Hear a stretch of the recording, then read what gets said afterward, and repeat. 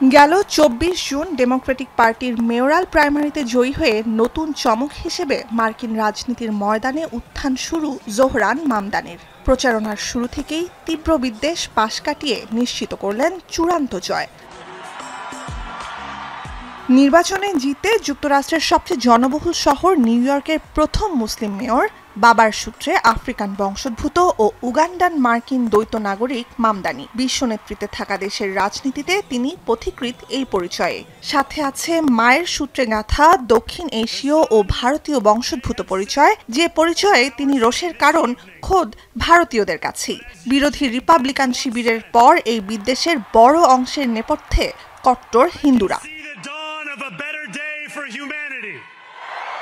বিশ্লেষকরা বলছেন, ভারতের প্রধানমন্ত্রী নরেন্দ্র মোদীর সমর্থক ও তার সরকারের নেতৃত্বে বিশেষ করে ধর্মীয় সংখ্যালঘুদের মানবাধিকার লঙ্ঘনের বিরোধী যারা, তাদের দ্বন্দ্বে উত্তেজনার পারদ ছড়িয়েছে মামদানির নির্বাচনী প্রচার ও বিজয়। মামদানির বিরুদ্ধে আক্রমণাত্মক প্রচারণার বড় অংশ জুড়েই ছিল তার ধর্ম পরিচয়। প্রখ্যাত ভারতীয় বংশোদ্ভূত চলচ্চিত্র পরিচালক মীরা নায়ার এবং প্রখ্যাত শিক্ষাবিদ ও লেখক উগান্ডান নাগরিক মাহমুদ মামদানির ছেলে ৩৪ বছর বয়সী জোহরান মামদানি পিতার মতোই নিজ ধর্মবিশ্বাসে মুসলিম।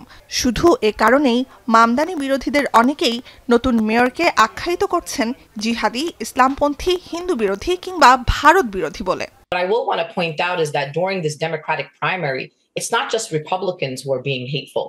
It was Democrats. The super PAC that Andrew Cuomo had, Fix Our City, and other allied PACs were putting out anti-Muslim, ads. They were changing Mamdani's features to make him look more, this is, I hate to say this, but to look more Muslim. New ইয়র্কে ভোটারদের সমর্থন আদায়ের মধ্যে এসব বিশেষণ মামদানির প্রচারে প্রভাব ফেলতে পারে বলে শঙ্কা থাকলেও শেষ পর্যন্ত সব শঙ্কাকে ছাপিয়ে গেছে মামদানির জয়।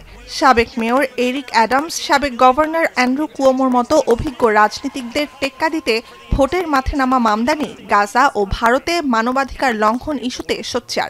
অযোধ্যায় হিন্দু উগ্রবাদীদের গুঁড়িয়ে দেয়া বাবরি মসজিদের জায়গায় মন্দির নির্মাণের বিরোধিতায় ২০২০ সালে টাইমস স্কয়ারে বিক্ষোভে অংশ নিয়েছিলেন তিনি। I'm Muslim and Narendra Modi helped to orchestrate what was a mass slaughter of Muslims in Gujarat to the extent that we don't even believe there are Gujarati Muslims anymore. And when I tell someone that I am, it's a shock to them that is even the case. And this is someone who we should view in the same manner that we do Benjamin Netanyahu. This is a war criminal. Modi new ইয়র্কে গেলে তার সাথে দেখা করবেন কি না এমন প্রশ্নের উত্তরে মামদানি ভারতীয় প্রধানমন্ত্রীকে আখ্যায়িত করেছিলেন যুদ্ধাপরাধী হিসেবে। কারণ হিসেবে তুলে ধরেছিলেন ২০০২ সালে মোদি গুজরাটের মুখ্যমন্ত্রী থাকাকালীন হিন্দু মুসলিম দাঙ্গা, হাজারো মানুষের মৃত্যু যাদের বড় অংশই মুসলিম, এবং সহিংসতার সময় মোদির নীরবতার কথা। যে ঘটনার পর ধর্মবিশ্বাসের স্বাধীনতায় গুরুতর আঘাত হানার অভিযোগে মোদির ভিসা বাতিল করেছিল যুক্তরাষ্ট্র।